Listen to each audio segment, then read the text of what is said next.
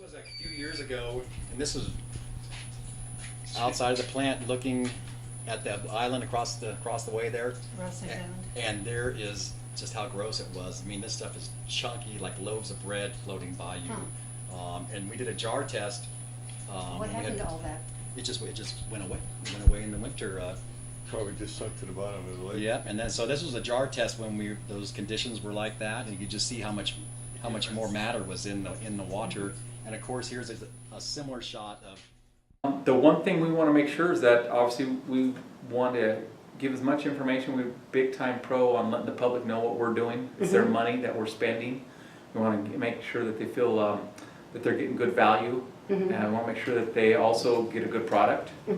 So any questions you have about our spending, what we're spending on, you're going to look at probably, we have a fantastic plant over there, well maintained. You'll see a lot of new stuff that we've recently spent money on. We spent approximately, Dan just said, about $175,000 just on filter upgrades in the last 2 years as far as the media inside of it. And he's going to show you how that all works. You're going to see a bunch of computer controls where we can run the plant from anywhere in the world, which is a new. The state of California is encouraging consolidation. They don't like to have so many independents, but you could imagine, for example, ours is set up as a nonprofit. Okay, we have a 5-member elected board, makes $50 a month for their service, and that's how we're set up. We're not allowed to make any profit. All of our checkbook, everything is out in the open. So it's kind of nice in my opinion because it's straight up honest. Typically our base rate individuals will pay about just under $79 a month, which will be water and sewer combined.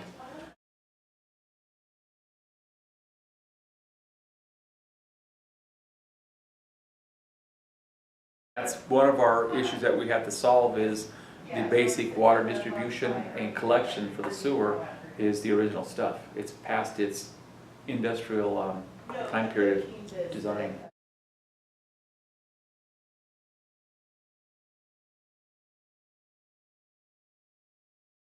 But basically it's my understanding that about 100+ years ago, Yolo County came and asked if they could have it, and for less than, well, for nothing, it was signed over to them by the local, whoever had that ability to do so back. It's a shame that we had to pay another county or give it to another county. You would expect us to be selling it to Yolo County, not having to buy it from them. All of our sewer goes up to the geysers. Anything that the byproduct of the water, the effluent is referred to, goes up to the geysers. They dump it into some, what is it called?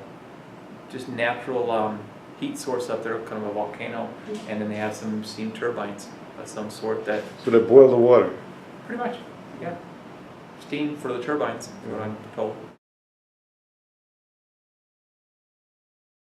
In one of these rooms, you'll show how throughout the plant it's dropping. It starts out, I think today it's close to 11, and by the time it gets out of our plant, it's like 0.04. So yeah, it's a process. We have to do a lot of cleaning of that water to get it to an acceptable level. Dan was saying it takes about 5 hours from the time it comes out of the lake until we put it out in the system. The heavy metals, now, a lot of it is dealt with the ozonation, that it'll oxidize those metals. A lot of them will gather here, oxidize it, and there's not really a whole lot left of it. We don't have that much of an issue with heavy metals here. You know, yeah, but it's not an issue now. Groundwater could have more of an issue with heavy metals. We just don't see that. That's the one that we're looking after right now, is trying to find the source of the heavy metals in our sewer. Here's our source, our raw water from Clearlake. It's pre-treated with ozone, and then it's treated with the coagulant aid, and sodium hypochlorite. It's mixed very rapidly, so the water's in contact with those chemicals. It comes into our clarifier where it's gently mixed together. So these little particles become bigger particles and bigger, and then they become big enough to want to sink. Once the water has, the flock has settled, the water that we see going into the weirs right now is been clarified, and a tremendous amount of the turbidity has been removed, and this water is then we'll head over to our dual media pressure filters, where its further turbidity is removed, and then it continues to our granular activated carbon, where that process is used for taste and odor control. It's then disinfected, and then it's stored in our clear well, the tank with the beautiful mural, where it has contact time with the sodium hypochlorite or bleach, and it's ready to go to the public. And this is by far the most visual part of the water treatment process, so you actually could see it. So after the water's been ozonated, has had coagulants added to it, it begins the part of the particles joining each other and becoming heavier, and then settling to the bottom, and we get the clarified water up at top. What we're doing here is we basically have filtered the water into a filter, just to give you a sample the size of a can of Coke. That's in the winter, there won't be much color on this. Then as it goes through the spring and the summer, it gets greener and greener. Then of course in the fall, it turns color just like the leaves do. It just kind of goes through, it turns a yellowish brown. It's really something.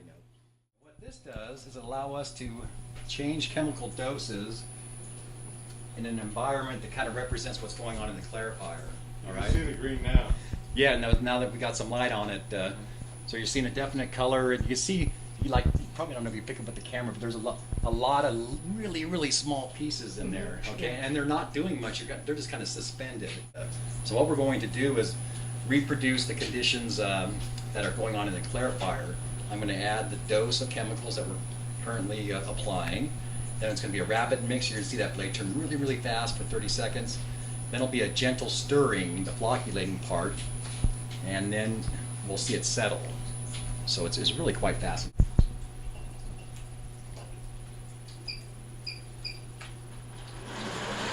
So there's the rapid mixing.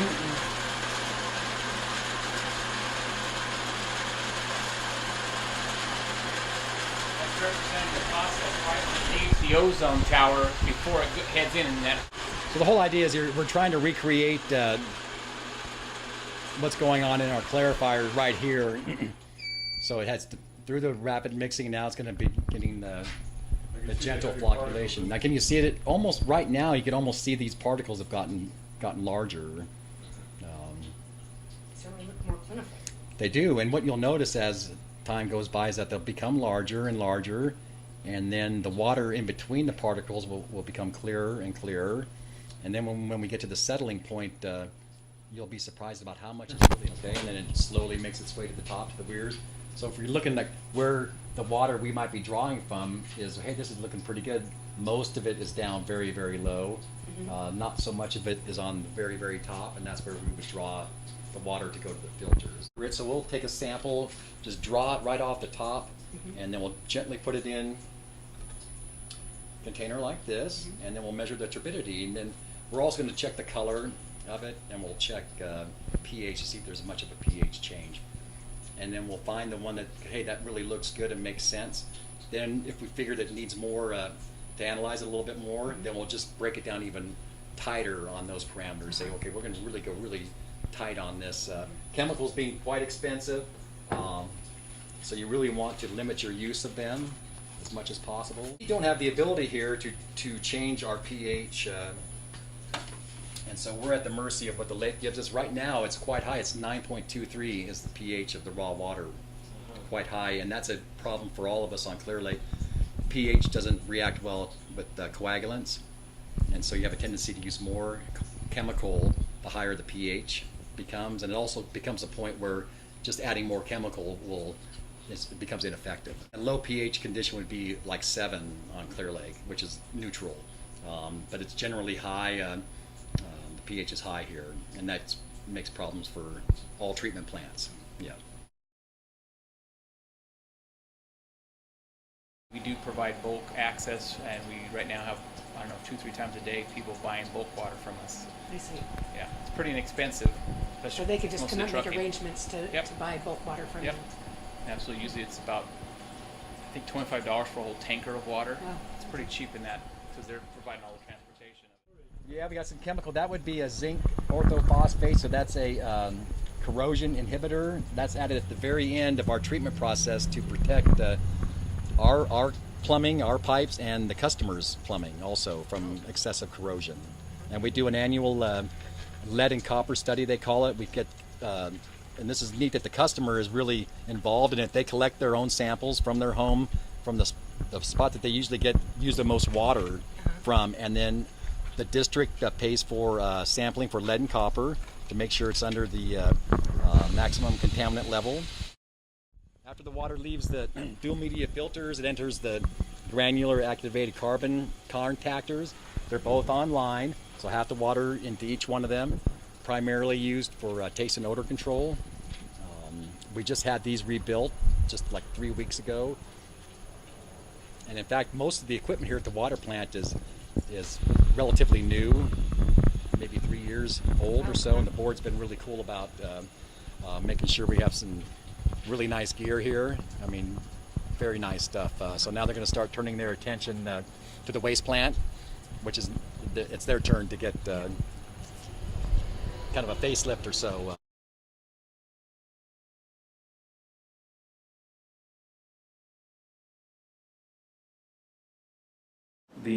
The fact right now that I'm being told is that farmers are not supposed to be taking water out of the lake.